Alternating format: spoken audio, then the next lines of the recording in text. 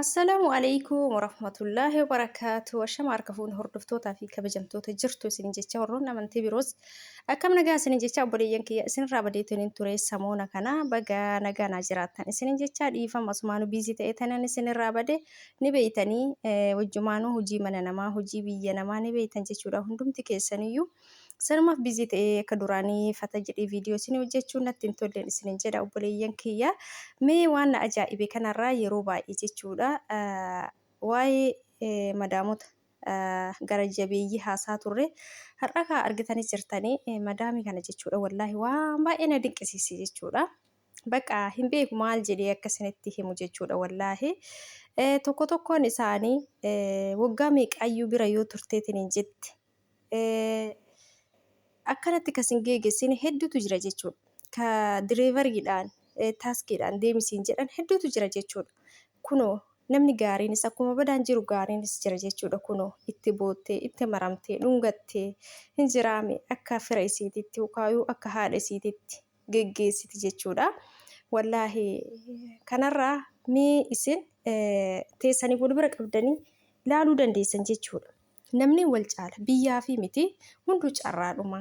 Carraa yoo mana gaarii nama geesse nama gaarii biroo nama geesse kunoo carraa akkanaa qabaachuutu mala.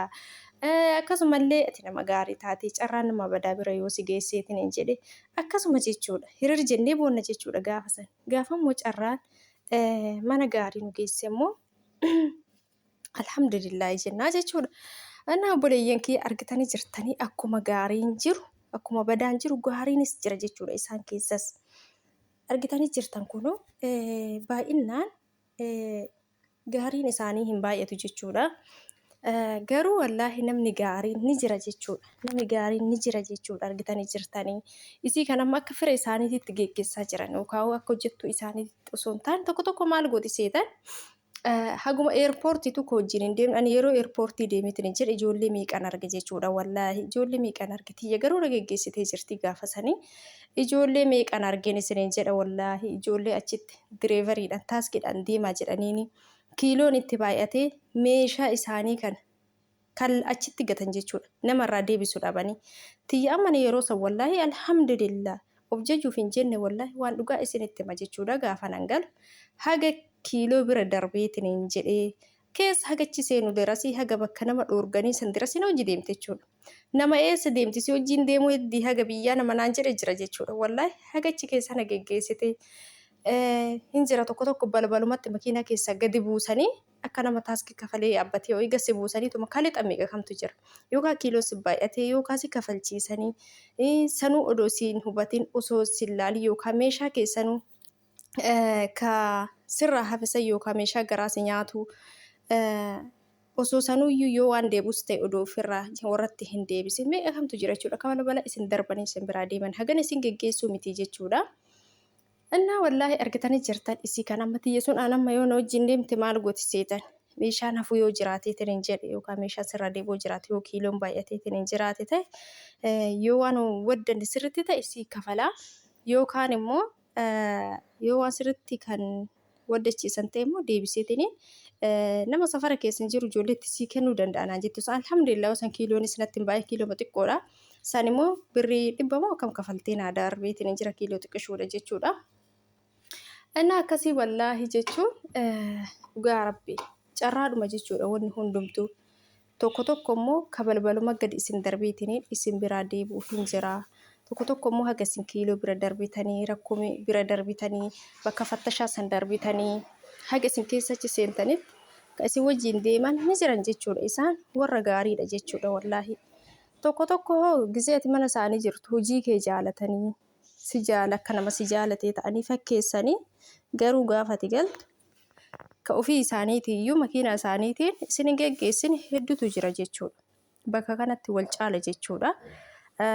Ka shifeerimaan kootu fuudhii geessi jedhanii alatti isin darbe shifeertichi sunuu meeshaa sanuu odoo isin hin gargaarin cinqamtanii akka nama hoggaa tokkoo miti guyyaa tokkoyyuu nama bira isaan bira hin taa'in fakkeessa jechuudha tokko.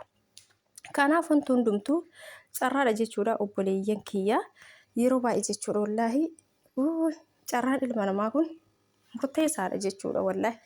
Innaa akkas isin jedha madaamiin tun dhugaa baay'ee namatti tolti nama miidiyaa fayyadamu yeroo baay'ee catti kan hojii viidiyoo hojjetan jechuudha. Nama gaariidha jechuudha. Dhugaa rabbi kanaaf obboleeyyan kiyya isinillee yoo rabbi mana badaa isin geesse carraadhuma hin darba jettanii haga waggaatti lamaan teessan xumurattanii si booda jijjiirachuu laallachuu dandeessanii yoo gizee jalqaba dhuftan afaanis waan hin beekneef waa hedduu isa rakkiseetiin cinqabtanii manuma san keessatti haga waraqata hojjetamu teettaniitiin achi booda immoo gaafa waraqaan hojjetame immoo jijjiirachuun rakkoo isinitti ta'a jechuudha gaafa afaan bartanii hojiin isin miidhuu amalli isaanii isinii ta'uu dideetiin jedhe gaafa san immoo hin seenuftan deebitanii osoo dura gizeedhaan mana kanaa jijjiiradhe jettanii san obsitaniituma xumurattanii yeroo lammaffaa irratti afaanis waan beeytaniif hojiis waan beeytaniif obsitaniitumaan jijjiirachuu dandeessan jechuudha. Manni gaariin guute namni gaariin guute jechuudha. Hundi isaanii waliin fakkaatu. Wallahi hundi isaanii tokko miti jechuudha. Akkuma biyya keenya keessa namni gara jabeeyyiin jiruu fi namni garaa laafu jiru jechuudha. Ilma namaati. Ilmi namaa kun garaa jabaata. Kun immoo siif naya jechuudha. Kun immoo siif yaada. Kun immoo sitti yaada jechuudha.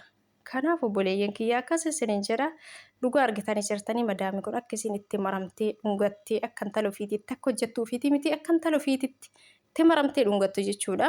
Meeqa kamtu jechuudha. Xayyafuuf ittuu dhiyaatee harkaan hin cabbanne meeqatu jira. Kanatti itti maramtee dhungachuu miti dhugaa yoo dubbanne jechuudha wallaahi ni beeytan jechuudha ijoolleen keenya baay'inaan. Isaan nagaumaa hoo jetteetiin hin jettu bar kooru amala kooru wayii.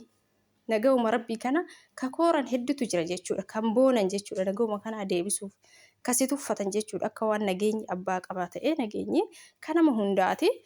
Walee kanaaf jechuudha hamaan isaaniis gaariin isaaniis hundumtu waluma keessa jechuudha. Kanaaf ijoolleen keenya warri mana badaas jirtan nama badaa bira jirtan isinitti hin dhagaaminii hin darbaa obsaan dabarsuudha. Hin dhufa guyyaan. Wanti akkasitti hafuun jiru wanti hunduu hin jijjiirama waan ta'eef obboleeyyan kiyya obsatanii alhamdulillah jedhanii waanuma hundaayyuu wallaahi nama garaa jabaatu biras yoo nama ga'e nama garaa laafu biras yoo nama ga'e alhamdulillah carraadha hin darba gaafa tokko jettanii obsuu wayyan isiniin jedha obboleeyyan kiyya. Wallaahi viidiyoon kun waan baay'ee natti toleef yeroo baay'ee madaamiin kiyya akkas nagootii waa hedduun namiitii waa hedduun darartii. Warri jedhan baay'ee jira jechuudha ijoolleen keenya akka waa hedduun dararaman wallaahi dhagee argitanii jirtanii kunoo akkuma baadaan jiru akkuma kanama dararu jiru kunoo akkanatti nama jaalatus jira jechuudha.